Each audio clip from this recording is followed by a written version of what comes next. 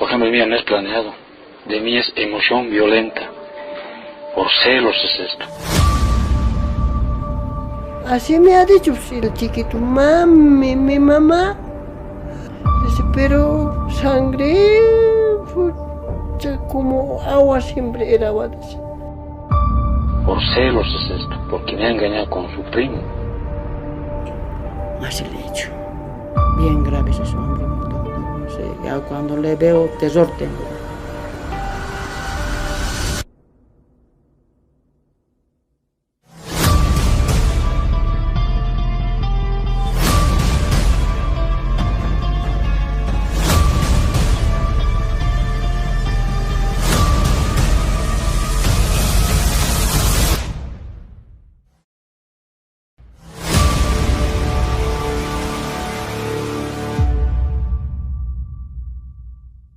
En Bolivia, la Defensoría del Pueblo ha presentado el documental Me ha engañado. Y para hablar al respecto, estamos con la Defensora del Pueblo de Bolivia, con la licenciada Nadia Cruz, quien nos va a hacer la presentación de este documental y nos va a explicar cuál es el objetivo de este trabajo. Janet, muchas gracias por la invitación, por la cobertura a este trabajo muy importante que realizó la Defensoría del Pueblo, no solamente para visibilizar algunas de las causas o algunos de los razonamientos que llevan a los feminicidas a concretar este tipo de hechos criminales que afectan o que definitivamente ciegan la vida de muchas hermanas mujeres, sino también considerar lo que tú decías bien, yo no lo llamaría como efectos colaterales, sino visibilizar a las otras víctimas como consecuencia de estos hechos criminales, como son las huérfanas y huérfanos víctimas de feminicidio. Este documental que lo realiza la Defensoría del Pueblo inicia a través o con el conocimiento de un caso en particular de una abuela que venía a la Defensoría del Pueblo señalando que tenía problemas para poder culminar un proceso judicial de tutela en el órgano judicial. En ese momento nosotros no teníamos idea de la magnitud del caso en sí mismo, hasta que comenzamos a ingresar y nos percatamos que la solicitud de esta causa judicial era como consecuencia del feminicidio de la hija de esta abuela. Además, con el tiempo vamos viendo que el proceso de tutela o de guarda que la abuela estaba solicitando ya llevaba alrededor de 2 a 3 años sin ningún tipo de respuesta por las autoridades judiciales. Y en paralelo, dentro de las visitas que nosotros realizamos en los centros penitenciarios, conocimos al feminicida, es decir, logramos tener la historia desde el lado del feminicida, desde el lado de las víctimas que sobreviven al feminicidio desde esta causa, y logramos de alguna forma articular el relato de lo que pasó en el hecho de feminicidio, pero también de las consecuencias que siguieron alrededor de este hecho. Los celos, la emoción violenta, lo mío no ha sido planificado. ¿Qué dice la ley de 348 al respecto? ¿Se contempla todavía el crimen pasional en Bolivia? No, no.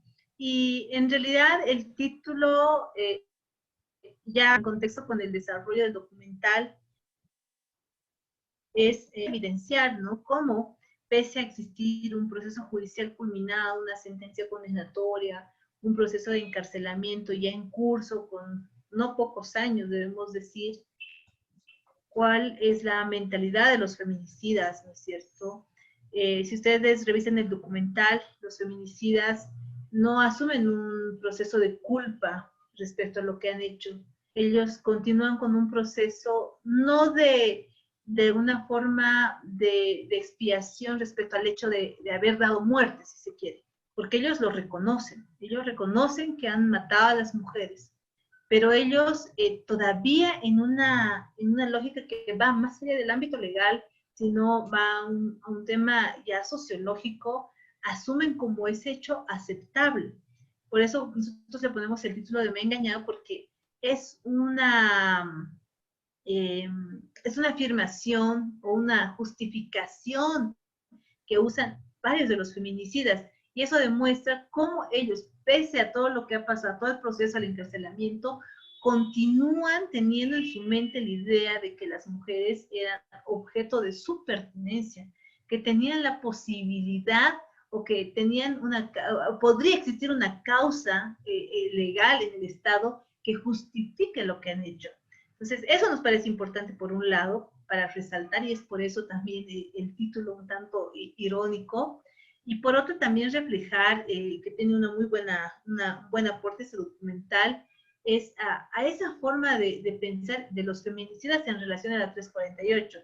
Ellos piensan que es la norma la culpable porque la norma está visibilizando de alguna forma un hecho que ellos consideran natural y parte de su rol social, que ellos creemos que eso es un aporte importante. No pretende documental ser un estudio sociológico para entrar o un perfil criminológico de los feminicidas, pero sí nos da un estado de situación de cómo arrebatarle la vida a las mujeres todavía en los criminales sigue siendo algo que les parece que pueden justificar. Sí, cuando se analizan los testimonios de los femicidios en cualquier parte de América Latina, Argentina, Bolivia, es casi un denominador común. Y precisamente sobre el agresor, se ha trabajado de alguna manera en no necesariamente la contención, sino en el tratamiento del agresor, al margen de que cumpla una condena a través de un proceso judicial. ¿Cómo ve el Estado boliviano tratar a estas personas? Es una pregunta muy importante y te la agradezco, Janet, porque justo esta gestión 2021 nosotros estamos realizando un proceso, una investigación sobre rehabilitación de agresores. Es algo que está señalado como medida de protección dentro de la ley 348 justamente, y que podría ser una salida que es muy previa al feminicidio. No vamos a decir que los vamos a rehabilitar o que los vamos a curar de los hechos de violencia, pero que sí nos parece una herramienta muy, muy importante. Sin embargo, en Bolivia ni el 6% de las causas que recibe el Ministerio Público sobre violencia las han derivado por un proceso de rehabilitación.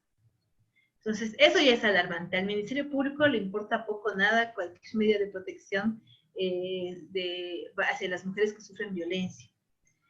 Además, hemos podido ya constatar de forma preliminar que no se da porque no exista una suerte de infraestructura institucional que ni siquiera le corresponde al Ministerio Público, le corresponde a los gobiernos departamentales. Y en muchos departamentos tenemos infraestructura, tenemos equipos integrales, seguramente con mucha carga de trabajo, pero hay una infraestructura institucional que no está siendo utilizada. Y nos parece alarmante porque justo en estos momentos donde los casos de violencia pareciera que son como las tapas de cada medio de comunicación al momento de verlos en la mañana, vemos que una de las instancias que podría utilizar esta medida de rehabilitación, no lo hace. Otro dato importante en esa misma línea es que el Ministerio Público aparentemente considera que en departamentos como Potosí, Oruro y Pando, especialmente en el caso de Potosí y Oruro nos parece porque hay tasas de violencia importantes, ni siquiera, o sea, no es que ni siquiera lo ha utilizado, muy poco, no lo ha utilizado durante el 2020-2021, no ha hecho una sola medida, una sola solicitud de medida de protección a través de rehabilitación de agresores. Entonces, aquí, fuera de que se tiene que trabajar el tema de masculinidades, se tiene que trabajar en el tema de prevención, de las medidas de protección de forma oportuna y efectiva, vemos que una de las instancias principales en ese tema, como es el Ministerio Público, con un aparato estatal bastante importante y caro para el Estado boliviano, no le interesa. Nosotros, en la línea de prevención, vamos generando procesos de fortalecimiento de capacidades en las instancias base o las que están más cercanas a la comunidad, como son los gobiernos municipales. El 2019 nosotros realizamos un proceso de diagnóstico sobre los servicios de atención de violencia contra la mujer y otras poblaciones en situación de vulnerabilidad en 189 municipios a nivel nacional. mucho más del 50%. Este año, el 2020, ha habido muchas dificultades para poder acceder a los municipios, pero ya este año estamos volviendo a los gobiernos autónomos municipales, tomando en cuenta el cambio de autoridades, el cambio de muchos funcionarios dentro de esta institucionalidad, para llevar una suerte de fortalecimiento institucional. ¿A qué nos referimos? En base al diagnóstico realizado en 2019, nosotros hemos elaborado manuales de atención, manuales modelo de atención, hemos elaborado cajas de herramientas para una mejor atención, hemos elaborado como cajas o insumos de trabajo para prevención de violencia en comunidad, con población. Estamos también hemos elaborado, paquetes normativos para los funcionarios, servidoras y servidores públicos. Estamos también elaborando material de difusión, educación e información para la población para casos de violencia, no solamente para la detección, sino también para el tema de denuncia. Estamos también llegando con material educativo para niñez y adolescencia, para la prevención de violencia y para la denuncia en caso de NNAs. Y bueno, finalmente tenemos un paquete adicional de procesos de formación educativa virtual para funcionarios de servicios municipales que vayan a adoptar, digamos, todo el paquete que estamos llevando para que podamos realizar el proceso de educación virtual en temas de violencia, trata y tráfico, violencia sexual, derechos humanos, etcétera, en todas las áreas. Y adicionalmente nosotros hemos elaborado leyes modelo municipales para acoso y violencia política, para violencia contra la mujer, para medidas de protección a huérfanas y huérfanos víctimas de feminicidio, adultos mayores, personas con discapacidad. Entonces, igual vamos a trabajar con los consejos municipales sobre propuestas que ya están elaboradas, tienen incluso casi un test de constitucionalidad, de legalidad, de razonabilidad, para que también les sirva como insumo de trabajo. Bueno, son muchos los temas que podríamos abordar con usted, está la trata y tráfico, y como bolivianos en el extranjero, hablar también sobre los derechos de las personas migrantes en Bolivia y de los migrantes bolivianos que estamos afuera de nuestra patria. Pero en esta oportunidad nos hemos centrado en el tema del femicidio. Le agradecemos por su tiempo y bueno, queda la invitación para una próxima entrevista, licenciada. Muchas gracias. Agradezco el último, Janet, porque solamente comentar que nosotros continuamos con un proceso de atención de causas a bolivianas y bolivianos en el exterior a través del medio que podemos realmente hacerlo por un tema de capacidad institucional, que es la página web. Debemos decir que tenemos una unidad de movilidad humana instalada en la Defensoría del Pueblo, que ya lleva buenos años de trabajo, 2, 3 años de trabajo, donde hemos ido mejorando la cantidad y la calidad de atención a bolivianas y bolivianos que están afuera. El portal de denuncias está en la página web www.defensoria.gov.bo. Tienen habilitado todo un espacio especialmente para bolivianas y bolivianos en el exterior. Y en el tema de migrantes, aprovecho la oportunidad para invitarles el 12 de junio, el Día Internacional del Refugiado, y la Defensoría del Pueblo ha hecho un documental especial sobre refugiados en Bolivia, tomando en cuenta el contexto latinoamericano, en especial en los años 70, 80, y bueno, están todos invitados alrededor de las 17:30, vamos a estar transmitiéndolo por Facebook Live. Muchísimas gracias, vamos a estar pendiente de su trabajo y será hasta otra oportunidad, licenciada. Un abrazo, chao.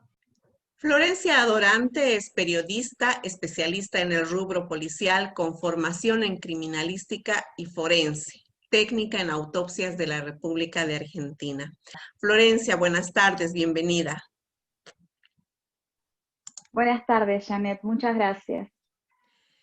¿Qué pasa por la mente de un femicida? Seguramente te han preguntado muchas veces esto. Sí, exactamente. Bueno, el femicidio responde más a un fenómeno social que psicológico. No existe hombre que haya nacido femicida. Los femicidas lo van construyendo la sociedad a través de diferentes mensajes, que puede ser, por ejemplo, la violencia simbólica, la violencia doméstica. Son un montón de patrones que, digamos, en una escala de violencia, el hombre comienza a escalar en esa violencia, en ese machismo, y la máxima expresión es el femicidio. Por supuesto, también existen trastornos de la personalidad, personas que pueden ser psicópatas, sociópatas, pero al mismo tiempo, por lo general, los casos de femicidios responden a patrones que tienen que ver directamente con el machismo, no con una enfermedad mental. Por eso mismo, ¿qué pasa por la mente de un femicida?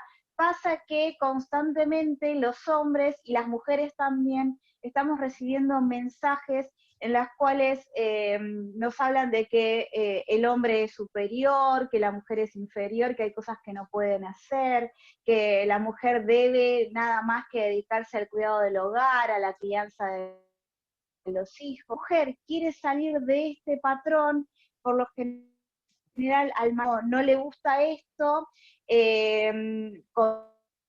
comienza violencias, de denuncias.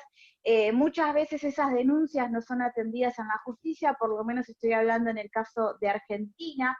Muchas veces las denuncias no prosperan, no solamente se hacen medidas de restricciones perimetrales, y bueno, toda esa escalada de violencia sube hasta que termina en femicidio. Por eso mismo, ¿qué es lo que hay en una mente femicida? Hay un grado muy alto de machismo y no hay una sociedad que lo sabe detener a tiempo.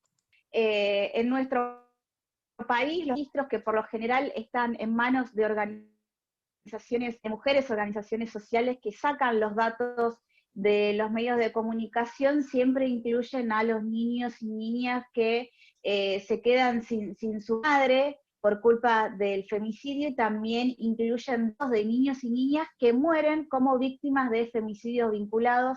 No sé si en Bolivia existe esta figura, pero en Argentina el femicidio vinculado es cuando una persona asesina a un niño, niña, puede ser un hombre también, con el objetivo de generar un perjuicio de una mujer. Entonces, digamos, más allá de que la víctima que murió es otra persona, en realidad el destino era hacerle daño a una mujer.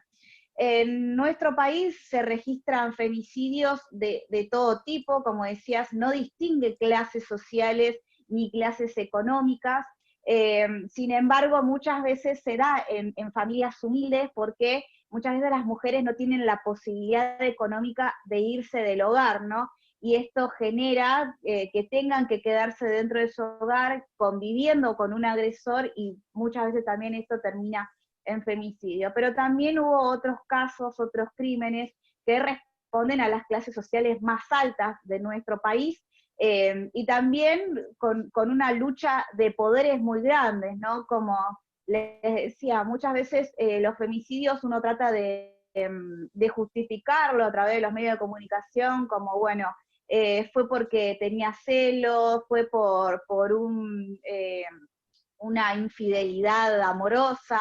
No, en realidad, por lo general los femicidios se dan porque los hombres se sienten, entre comillas, atacados en su rol de poder dentro de un grupo familiar, dentro de una sociedad, y se terminan dando estos femicidios. Así que este pensamiento no distingue entre clases sociales, pero sí la realidad es que en las clases más humildes se dan con mayor frecuencia. Bien, precisamente esta figura de la emoción violenta, el crimen pasional, lo mío no fue planificado, fue por celos, por ejemplo. ¿Cómo ve la justicia argentina estos términos? ¿Existe, todavía se manejan en la justicia argentina? No, por suerte prácticamente la palabra crimen pasional se abolió desde que tenemos la ley de femicidios en nuestro país. Digamos, sabemos que la pasión no es la que mata, lo que mata en este caso vendría a ser las mujeres. Por suerte también existe ahora la ley Micaela, que lo que hace es que cada uno de los funcionarios públicos, sean policías, trabajen en la justicia. Ahora, por ejemplo, yo soy estudiante universitaria, tenemos que hacer un curso en perspectiva de género, y bueno, más allá de que esta ley tiene un muy buen espíritu y que es muy bueno y que el curso está bien, a veces en algunos casos, como por ejemplo con un juez, me parece que quizás esa capacitación es poca, y tendría que tener una capacitación más grande. Hoy en día nosotros en los juzgados hablamos de un juzgado con perspectiva de género. Creo que el objetivo, por lo menos en nuestro país, es que ya no existan los juzgados con perspectiva de género, sino que todos, absolutamente todos los casos sean dictados con perspectiva de género, porque quizás no estamos hablando de un femicidio, pero sí hay otras causas, qué sé yo, que tienen que ver con tenencias, con divorcios, con cuestiones que, no sé, por ejemplo, tienen que ver con lo económico. Todos esos fallos tendrían que tener perspectiva de género para también, de alguna forma, empezar a equilibrar la deuda histórica que se tiene con las mujeres, ¿no? Y en realidad lo que pedimos es que toda la justicia constantemente tenga capacitaciones en perspectiva de género. Y los difíciles caminos de la justicia, muchas veces para los familiares que vienen a ser las víctimas que quedan para lograr algo de justicia, se enfrentan con todo tipo de obstáculos y muchos de ellos son errores procedimentales. ¿Qué es lo que debe de tomar la familia tomar en cuenta la familia de una víctima en estos momentos tan difíciles en los que seguramente lo que prima es el dolor? Claro, las primeras horas de una causa son súper importantes porque ya lo dijo el padre de la criminalística, el tiempo que pasa es la verdad que huye. Hay pruebas, muestras, peritajes que si no se hacen en las primeras horas ocurridas un crimen, se pierden para siempre, las pruebas se degradan, se pierden, se pueden contaminar, se pierde la cadena de custodia. Y bueno, uno entiende que en una causa en el que hay un asesinato, la familia está tan acongojada que lo que menos va a pensar es en estas situaciones. Por eso mismo existen los peritos, los abogados especializados también en poder llevar a cabo una querella para poder acomodar un poco la causa y ver que no se estén perdiendo elementos de valor para la causa. Por lo general, los peritos llegamos en una causa mucho tiempo después, cuando los familiares ya pudieron procesar la situación, cuando otros familiares de víctimas también les dieron la información necesaria. En nuestro país es importantísimo el trabajo de los padres de víctimas que se ayudan, que generan redes, que muchas veces generan patrocinio gratuito también para las víctimas. Uno apenas tiene un caso, puede googlear y contactarse con familias que hayan pasado lo mismo. Bueno, ¿qué pasa después de cierto tiempo? Tienen la información y ahí es, no sé, meses o años después contratan un perito y bueno, el perito por supuesto intenta rearmar la causa lo mejor posible, pero hay mucha información que si no se recolectó en las primeras horas, es imposible de recolectar posteriormente, o no se va a poder ingresar a la causa porque hay un tiempo de investigación, un periodo de instrucción, y posteriormente no se lo va a poder sumar. Así que siempre que tengan una situación muy compleja, que necesiten investigación, pueden consultar con profesionales. A lo largo de tu carrera y de tu profesión, seguramente has visto todo tipo de escenarios y mi curiosidad es si has podido hablar con algún agresor, con algún femicida. ¿Cuál es el factor o el denominador común que has observado en ellos? Bueno, en realidad, cuando uno va a hablar con una persona que sabe que es femicida, lo que hace es darle todas las herramientas para que su defensa sea lo más clara y transparente posible, más allá de que a un perito lo contratan, ¿no? Y le paga, quien sea víctima o victimario, el perito no puede mentir e inventar. Hay gente que sí lo hace, pero digamos, eso no es lo ético y cualquier persona, un perito, un defensor, quien sea que invente pruebas, va a ir preso, se le va a quitar su título, todo, ¿no? Cuando uno va a hablar con un femicida, por lo general se hablan de las opciones que tiene, y muchas veces hay personas que intentan convencerte de que en realidad no fueron ellos quien lo hicieron, inventan historias, y cuando un profesional se acerca a esa causa, sabe mucho más científicamente que no te pueden inventar algo, digamos. Si están las pruebas contundentes, están las pruebas contundentes. Así que hay gente que lo niega, hay gente que te contesta con la frase, entre comillas, me mandé una macana, y digamos, no es una macana. Acabas de matar a una persona, no es una macana. Yo no quería, yo no lo estaba pensando, y hay otros que lo niegan e intentan zafar de la situación de la forma que puedan, ¿no? Toda América Latina está atravesando lo que en el feminismo se ha llamado también una pandemia, los femicidios. ¿Qué nos falta a nivel regional para poder salir de esta situación o por lo menos disminuir la cantidad de muertes de mujeres? El año pasado, a principio de año, tuve la oportunidad de participar de un foro en el cual participaron profesionales de diferentes países, cada uno contando su experiencia dentro de cada uno de los países, y creo que la situación más compleja estaba en México, y era muy, muy grave los casos que se registraban en México, bueno, en toda la región. Creo que lo que nos falta es una deconstrucción social, digamos, y si la sociedad no se quiere deconstruir por sí sola a través de información, de libros, lo tiene que hacer el Estado, y también a partir de los medios de comunicación, como es este espacio, por ejemplo, de construirse. También hay instituciones en nuestro país que lo que hacen es custodiar de alguna forma qué es lo que consumimos los argentinos, qué es lo que se dice en los medios de comunicación, y bueno, y a partir de las instituciones también se puede sumar mucho a la sociedad. Muchísimas gracias, Florencia, y seguramente en otra oportunidad vamos a conversar de este y otros temas. Gracias por tu tiempo. Muchísimas gracias a ustedes.